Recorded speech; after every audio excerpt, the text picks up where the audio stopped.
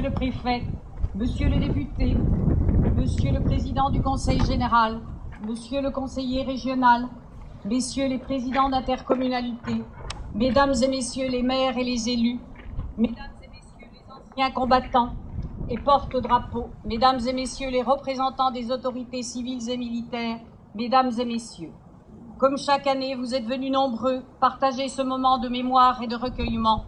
Au nom de la commune et de l'association des anciens combattants d'Arbonne-la-Forêt, je vous remercie. Monsieur le préfet, nommé en mai 2011 à la tête de notre département, vous avez souhaité personnellement représenter l'État à cette commémoration. Nous vous en sommes particulièrement reconnaissants et nous en sommes honorés. Les 36 hommes auxquels nous rendons hommage font partie des dernières victimes de la barbarie nazie qui, au cours de la Seconde Guerre mondiale, a érigé en politique les prises d'otages, tout particulièrement en 1941 et 1942, puis en 1944. Cette page noire est souvent oubliée dans son ampleur et sa cruauté. En 1940 et 1941, les prises d'otages et les exécutions visaient à frapper de terreur la population, à semer la division même parmi les résistants. La menace pèse sans cesse sur l'existence du captif qui peut subir des traitements cruels, voire être mis à mort. L'otage a une valeur stratégique, car il peut forcer l'adversaire à des concessions. Après les procédures classiques, judiciaires, policières et administratives, l'été 1941 modifie les données du conflit.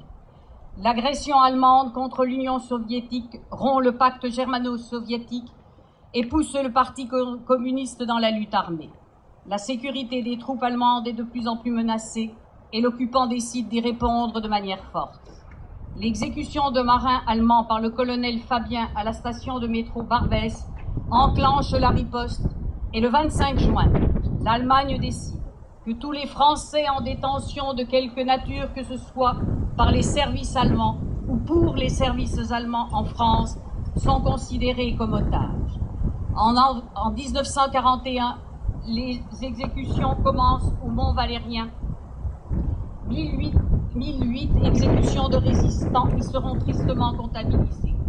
Le 16 septembre 1941, Keitel, commandant en chef de l'armée allemande, fixe un quota dans les termes suivants.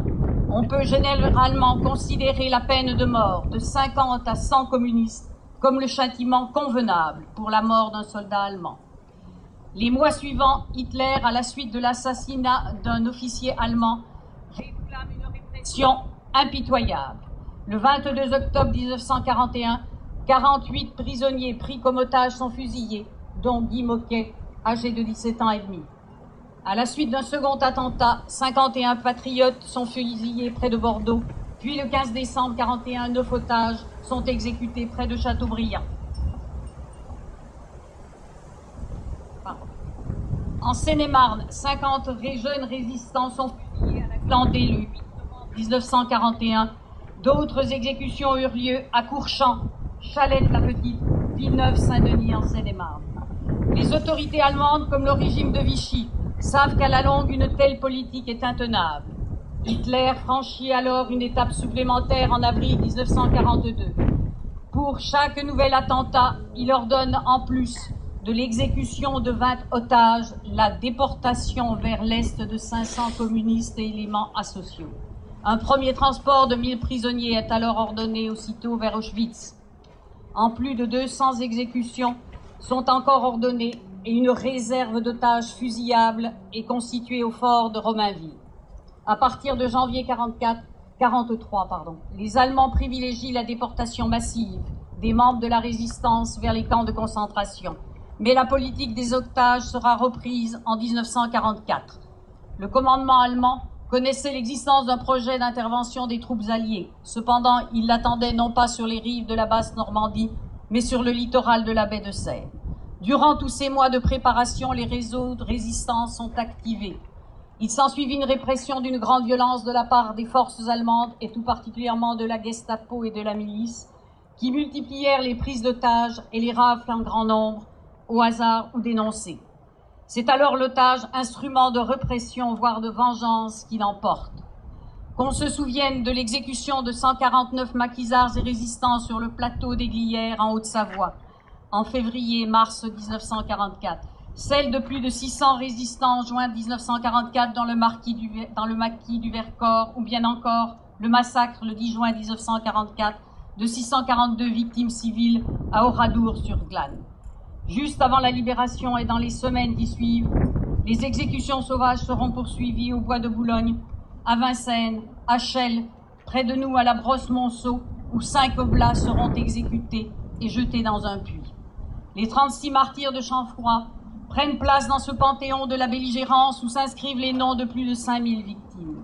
Il fallut attendre la Convention de Genève, entrée en vigueur le 21 octobre 1950, pour que les prises d'otages soient interdites en cas de conflit armé. Mais depuis la Seconde Guerre mondiale, les prises d'otages, comme les conflits, se sont transformées.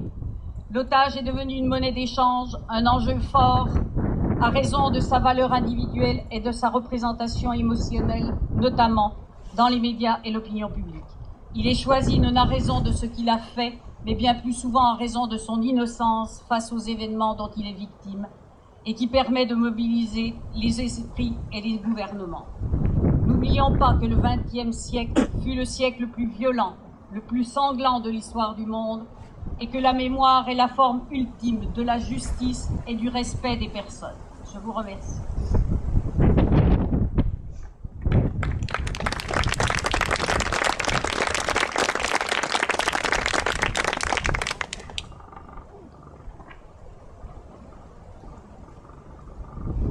Discours de Monsieur le Préfet.